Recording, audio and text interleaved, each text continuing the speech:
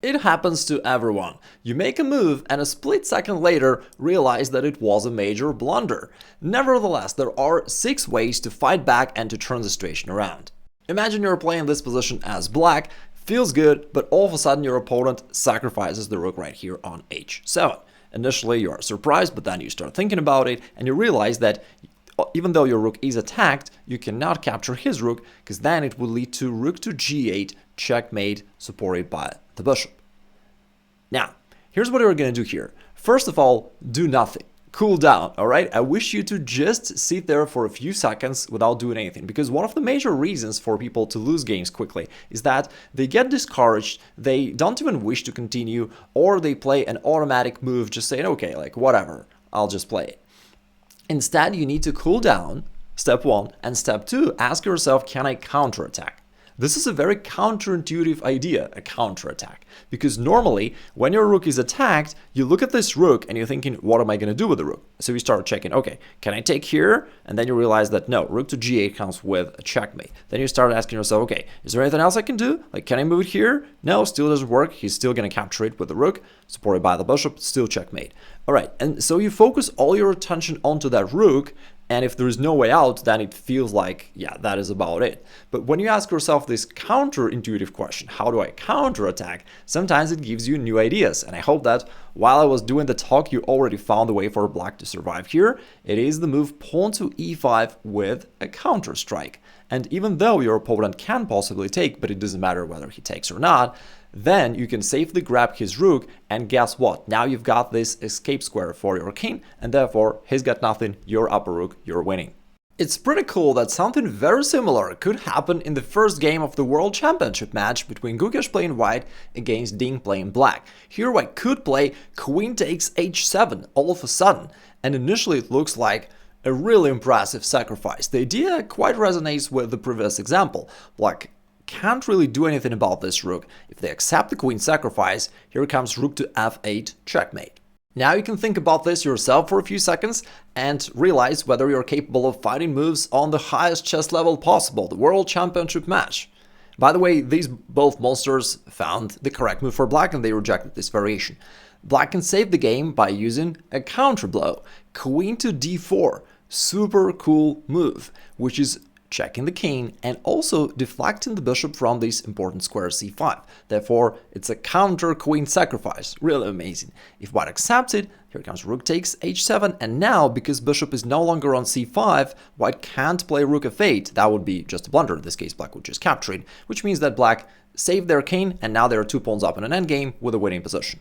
Alright, moving on to the next item. Imagine you're still playing as black, your opponent plays weird opening moves, just marching his g-pawn forward, you grab it, he grabs your central pawn, you develop the knight and hit his bishop, but he counter strikes your queen, and then you realize that you can just play queen g2, attacking his rook, attacking his bishop, feels like you're about to win the game, but then all of a sudden your opponent quickly sacrifices his bishop.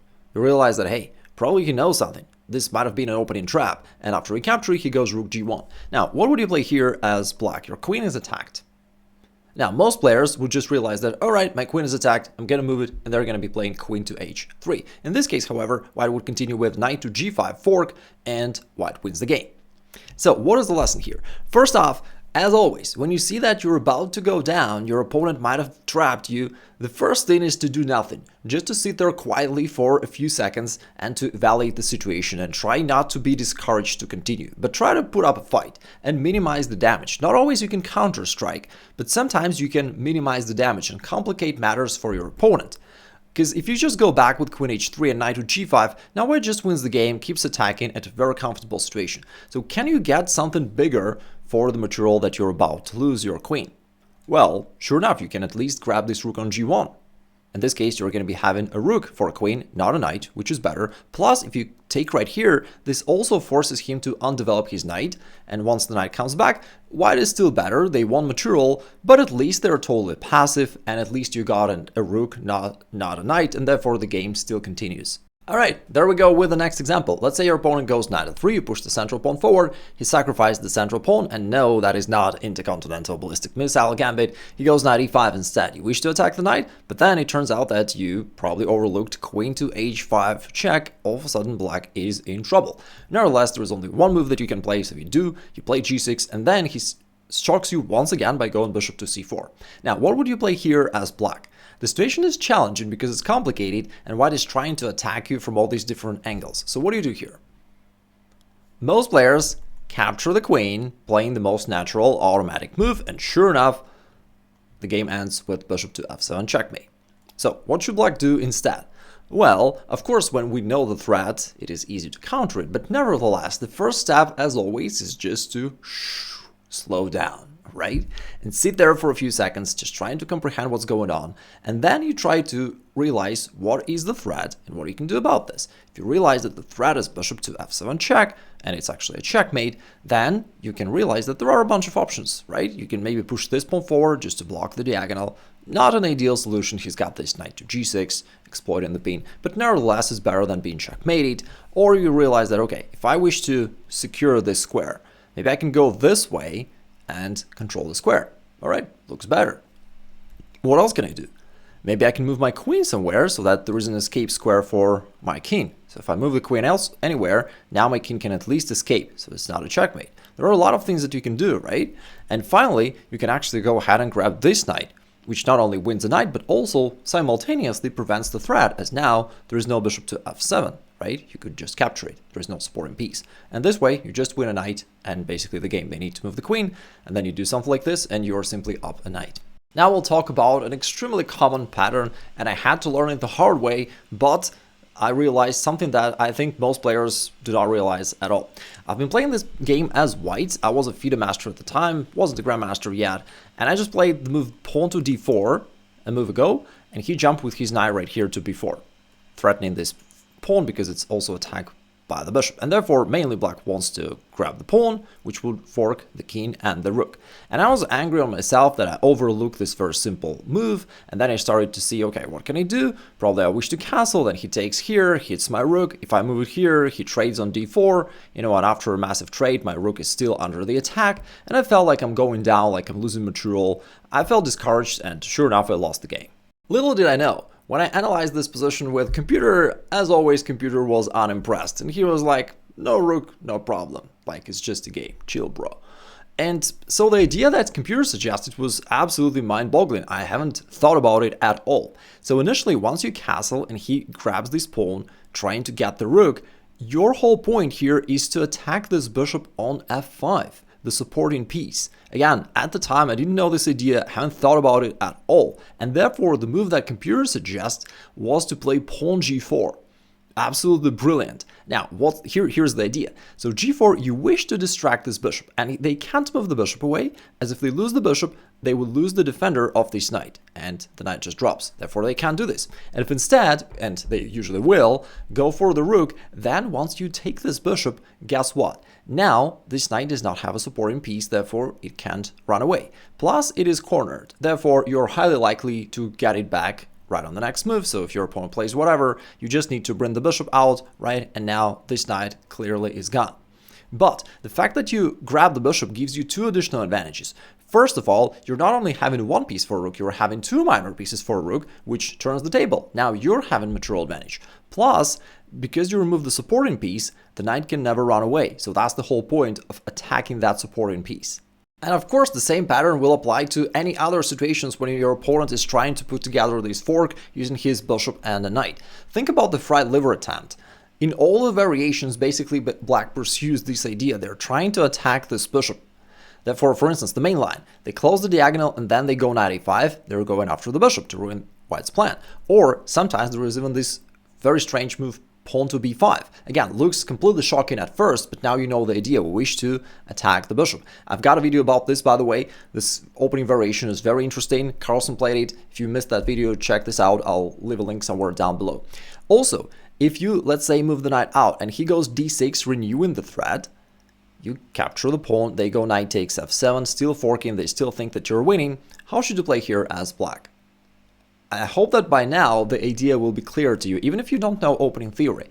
Your idea should be to attack the bishop, and that is why the main move here by black is queen to c6, which comes with an attack of this bishop. It also hits this pawn, but even without it, the queen c6 move would still be a very good idea, because if they capture the knight, again, queen takes g2 in this particular case is even stronger, but even queen takes c4 would be good enough for black, and black would have an advantage here because, again, we're getting the bishop. This knight can't get out. We're going to trap it within the next couple moves. Plus, another big advantage is that we grabbed all of his active pieces. He only had an active bishop and an active knight, and we kind of neutralized them both, right, in this variation.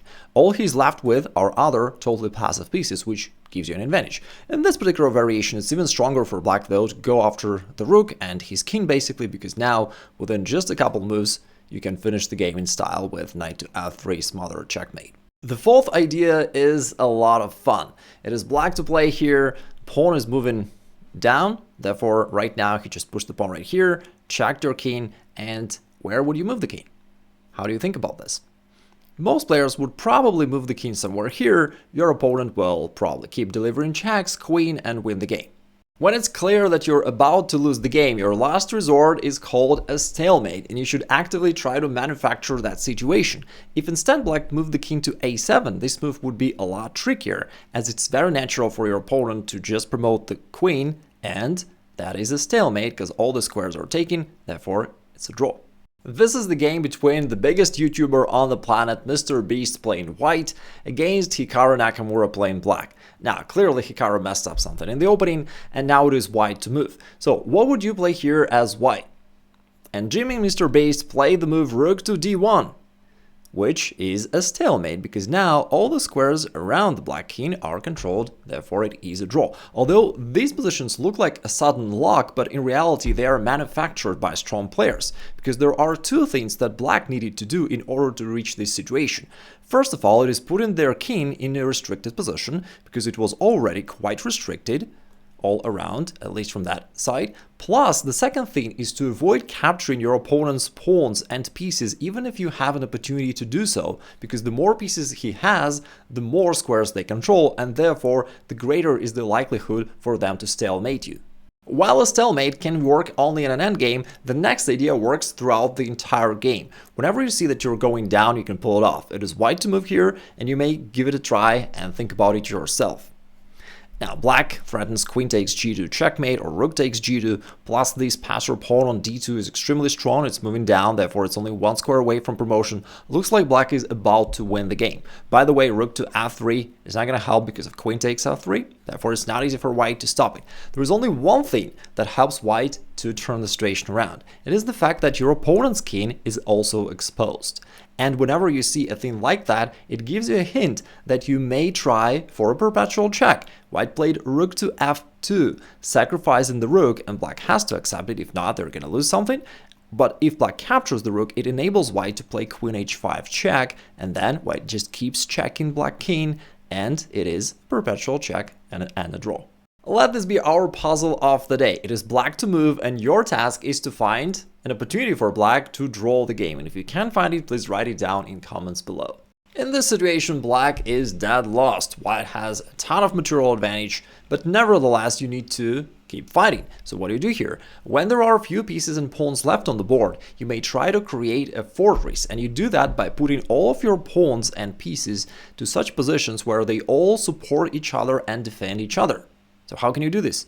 Well, first off, you probably need to bring your bishop back somewhere here, so that now all these pieces are guarding each other. Plus, at some point, after whatever white does here, you'll need to play h6 to be sure that this pawn on g4 is stopped and can never be pushed forward, or else it would be captured. And now you are probably gonna be reaching a draw here, because there is no way for white to make progress. You can just go back and forth with your rook, and there is nothing white can do. And this is a really cool position that even a 3600 rated Stockfish cannot solve, even though we human beings solve. It's a rare situation. Now, it is white to move, white is down material, currently he's got a bishop versus a rook, black is about to enter right here, hit the bishop, start picking up the pawns, and it looks like black is about to win the game. So what can white do? Well, in this position, white can notice that it's not easy for black to advance his king, as all these squares are already covered by us, and therefore we are kind of building a wall and this king cannot possibly enter our position. Therefore, our only task is to deal with this rook and to be sure that the rook cannot really go inside and pick up all the pawns that we have. Therefore, I can just play king to d1. After rook h2, we don't even move the bishop, we let him capture it, we just bring the king closer, then you play king to f1, kicking the rook out, this is what we wish to achieve, king g1, kicking it out entirely, and this is actually a positional draw. You can finish your fortress by playing pawn to f3 so that we do build a wall right here, and therefore his king can never advance forward, can never go there and somehow attack us. Now, there's simply nothing he can do. We do control these two vital squares, that's why we needed our king to stay there, so that his rook can't enter. If he just moves those pawns, that doesn't change anything, we keep it closed. And then he's kind of stuck, so we just go back and forth. If he tries entering this way, we just reroute the king right here, and we keep going back and forth. If he tries there, we keep these squares under our control, and that is still a draw. With that being said, if you look at the games of Magnus Carlsen or let's say Capablanca back in the day, you will notice that they very rarely blunder, not because they were great tactical players, but because they consistently followed few foundational positional principles that always made sure that their position is harmonious and well protected. If you want to learn those positional principles, check out this free masterclass right there, and I'll talk to you soon.